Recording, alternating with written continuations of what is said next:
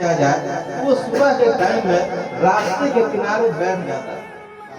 کہاں سے آئے؟ تو کہتے ہیں مدینے سے. اچھا آپ قرآن کریم جانتے ہیں؟ ہاں. تو ہم کو تھوڑا پڑھ کر کے بتا دیجئے قرآن کریم کی کوئی آیت، کوئی سورہ، اور وہ اس کو یاد کر لیتا ہے. چند دن کے اندر قرآن کریم کا اکثر حصہ یا اکثر قرآن کریم کو یاد کرتا ہے. اور اس بستی کے اندر جو ہے سب سے بڑا قرآن کریم کا جانکار ہو گیا وہ بچہ ہو گیا جو عمر بن سلمہ نام کا تھا. اب مسجد بنی تو کسی کو قرآن کریم آتا ہی نہیں تھا. تو امامت کون کرے گا؟ تو امامت کرنے کے لیے بچہ جب اس کے اختلاف میں نہیں آنا. تو بچہ چونکہ قرآن کریم اس بستی کے اندر سب سے زیادہ جاننے والا تھا تو لوگوں نے امامت کے لیے اسی کو مقرر کر دیا. اب بتاؤ جس کو شوق رہے گا ذوق رہے گا تو کس طریقے سے قرآن کریم کو حاصل کرے گا. اب ذوق شوق نہیں رہے گا تو اس کو کوئی معنی مطلب ہے نہیں. چاہے قرآن کریم سامنے کھول کر کے رکھ دیا جائے، ہر چیز کے لیے شوق اور جذبہ رہتا ہے تو اس کے لیے منزل آسان ہوتی ہے. ایک اپنے اندر ایک جذبہ پیدا کرنا پڑتا ہے کہ ہم کو کیا کرنا ہے، کامیاب نہیں ہوتا ہے. تو بہرکیف اللہ تعالیٰ نے آپ کو قرآن کریم کا علم دیا، حافظ قرآن بنایا، یہ بہت خوشی کی بات ہے. تیسرا جو ہے اس کا احکام پہ عمل کرنا، اس کی ہدایات پہ عمل کرنا. تیسرا حق کیا قرآن کریم کا؟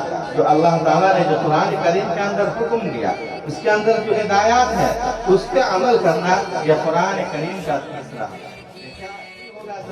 کہ ہم قرآن پہ عمل کرتے ہیں. معلوم کرا کہ قرآن کریم کی تلاوتیں نہیں کرتا. آج بہت افسوس کی بات ہے، بہت سارا گھرانہ پہلے صبح اٹھ کر کے گھر کے اندر جو مسلم محلہ ہوتا تھا، مسلم بستی ہوتی تھی، تو قرآن کریم کی تلاوت کی آواز آتی تھی. آج کس چیز کی آواز آتی ہے؟ گانے بجانے کی، لہو و لعب کی آواز آتی ہے، خرافات کی آواز آتی ہے. قرآن کریم کی تلاوت کے لوگ جو ہے اس سے کوسوں دور ہوتے جا رہے ہیں. کیا ہو رہا ہے؟ کوسوں دور ہوتے جا رہے ہیں. آج کتاب کی شکل میں ہر جگہ ہر گھر میں رکھا ہوا. آپ جو آخر میں جو بات کہنی ہے، آپ حافظ قرآن بنتے ہیں، بہت خوشی کی بات ہے، اچھی بات ہے.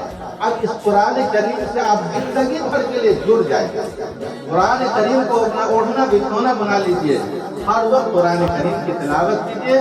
اللہ تعالیٰ جو ہے آخرت میں بھی سرخروئی عطا فرمائیں گے، اور دنیا کے اندر بھی قرآن کریم کو جو لگایا، سینے سے لگایا، اللہ تعالیٰ اس کو دنیا کے اندر بھی معزز بنایا اور آخرت میں.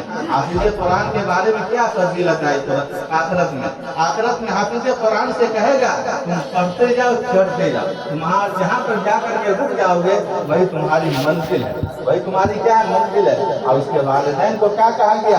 اس کے والدین کو سورج سے زیادہ چمکتا ہوا یہ جو ہے یہ تاج پہنایا جائے گا. سورج سے بھی زیادہ ایک طریقے کا صدقہ جاریہ ہو گیا. آپ پڑھیں، آپ سے دوسرا پڑھے گا، یا آپ قرآن کریم کی تلاوت کریں گے تو اس نیت سے پڑھیں کہ ہمارے جتنے بھی رشتہ دار ہیں سب کو اللہ تعالیٰ اس کا علم دے، اس کا ثواب دے.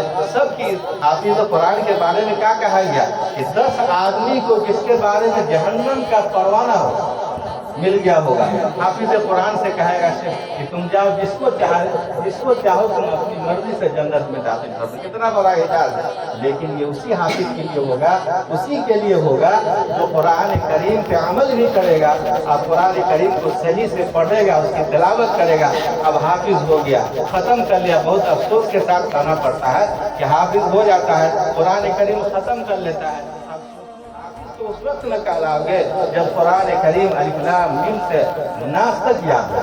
مان لیا کسی کو یاد نہیں ہوتا ہے، آپ کوشش کیجئے، زندگی بس کوشش کیجئے، پھر بھی یاد نہیں ہوتا ہے تو انشاءاللہ اب آخرت میں آپ حافظ قرآن کی شکل میں اٹھائے جائیں.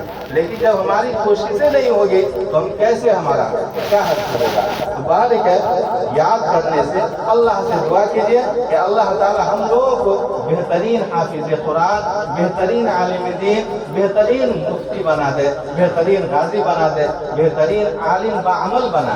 ایسا دعا کریے کہ اللہ نے آپ کا انتخاب کیا. یہ بہت خوشی کی بات ہے کہ آپ کو جو ہے ماں باپ جو ہے کہیں کمانے کے لیے بھیج دیتا، کہیں کمپنی فیکٹری میں کام پہ لگا دیتا، 2 پیسہ اس کو آتا، لیکن آپ کا انتخاب کیا کہ جا کے آپ حافظ بنو. آخرت کے لیے